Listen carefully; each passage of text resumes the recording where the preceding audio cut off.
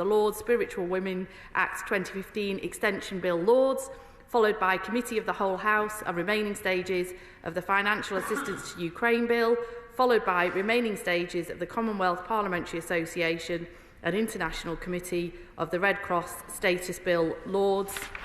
Thursday, the 19th of December, general debate on matters to be raised before the forthcoming adjournment. The subject for this debate was determined by the Backbench Business Committee.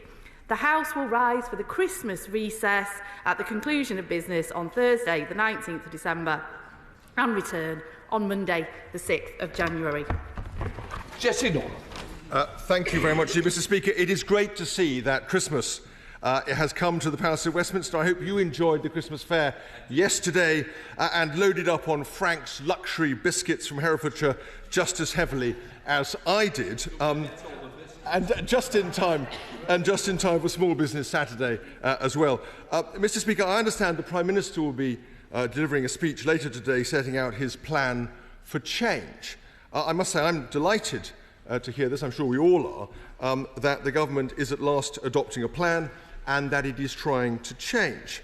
Because, as we have so often noted at Business Questions, the government's first 5 months have been a festival, a carnival, a supermarket sweep, fill your boots, all-you-can-eat blunderfest of delay and incompetence. Mr. Speaker, you more than any member of this House will be aware that the effective functioning of Parliament rests on its ability to hold ministers to account. That has been true since its origins in the 13th century and arguably even before that. And as you all know, this practice of seeking reasons and explanations for official actions, whether they be the passage of bills or the raising of taxation, is not some useful add-on or afterthought. It is absolutely foundational to the whole idea of Parliament as a deliberative assembly. So I'm sure you will understand my disappointment that the Leader of the House has been so persistently unwilling to answer or even to address the very simple questions which I have been putting to her in recent weeks. On November the 14th, I drew attention to the government's incompetence in combining 3 measures at the same time on national insurance and the minimum wage in a way that drastically raises the cost of hiring entry-level staff, and I asked for an assessment of the total impact of these measures. I'm afraid the Leader's response was to blame the previous government and talk about employers who will pay no additional national insurance, a completely different group and quite irrelevant to the question asked. November the 21st, I again highlighted this problem and got the same response, to blame the last government and change the subject.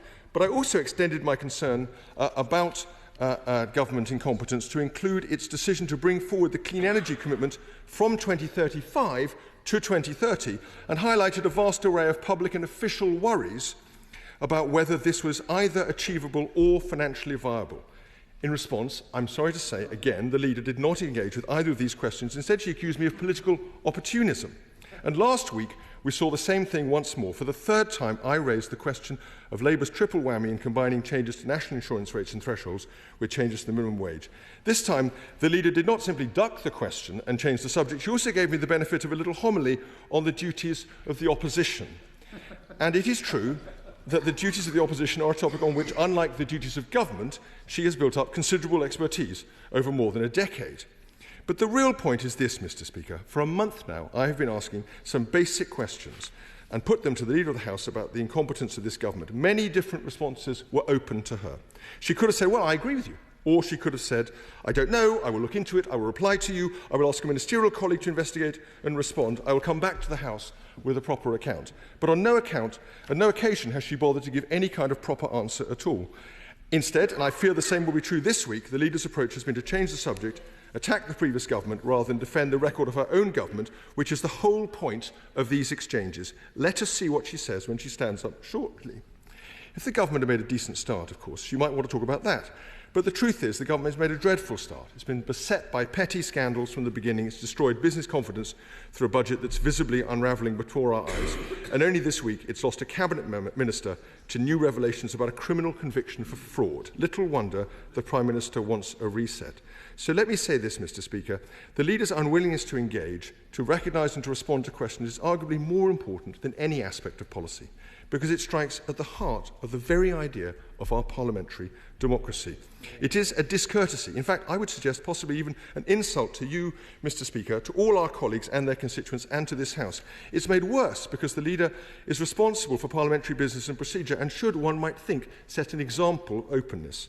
And it's worse still for two further reasons, because she herself has so often called for transparency from ministers, and because a failure to be accountable is itself a breach of the rules of this House, of the Nolan Principles and of the Ministerial Code of Conduct. That's quite a combination. So let me say this.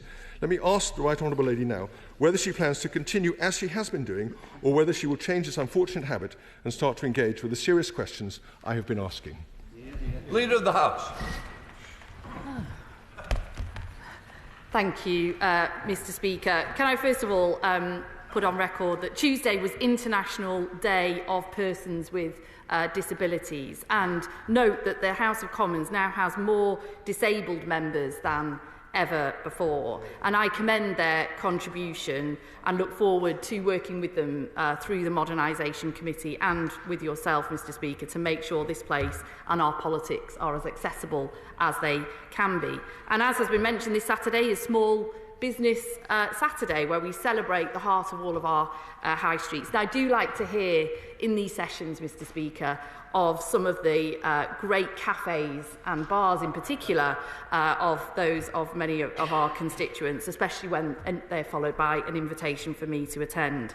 And I just want to put on record as well, Mr. Speaker, my thanks to you for the way proceedings were handled on Friday, and to all of those who took part and were here for the debate on assisted dying, which was respectful, considered and thoughtful.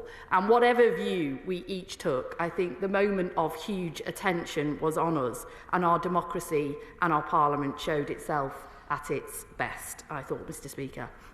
Members will see there are lots of important issues and business in the run-up to Christmas. Two-thirds of the bills that we announced in our King's Speech are now making their way through Parliament. The rail franchising bill has now received royal assent. Renters' rights has completed its committee stage. And our important budget measures will soon be passed, because we are fixing the foundations and getting on with the job. And I think, has already been noted today, members may wish to know that copies of the Plan for Change document will be available in the Vote Office shortly, ahead of the statement later today. I have to say, Mr. Speaker, it's another week and another misjudged and confused contribution from the shadow leader. You know, he really does need to work out what their strategy for opposition is here. You know, tell the country they've never had it so good when they were in, or learn from defeat and accept that they got things wrong. And I might gently advise that they should listen to the voters, because acting as if they did nothing wrong and accepting no responsibility won't do them any good at all. And if he doesn't want to take my advice, Mr. Speaker, perhaps he should listen to his own.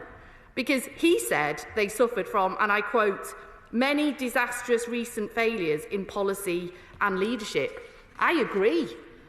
He said we had inherited a struggling economy and anaemic growth. I agree with that too. I also agreed with him when he was a champion of net zero, and he was right when he was the Financial Secretary to the Treasury to care about economic stability. I agreed with him.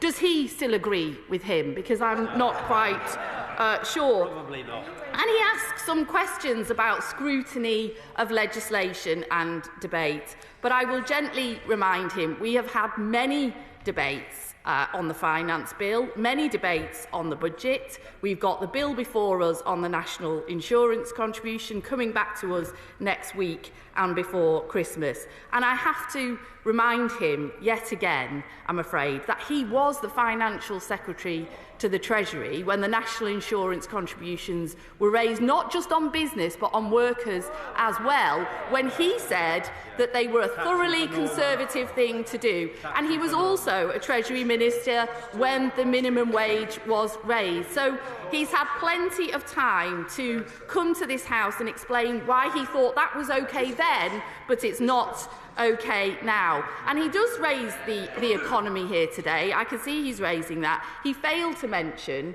one of the big economic forecasts out this week from the OECD, which shows that the UK is now forecast to be the fastest growing European economy in the G7 over the next 3 years. He didn't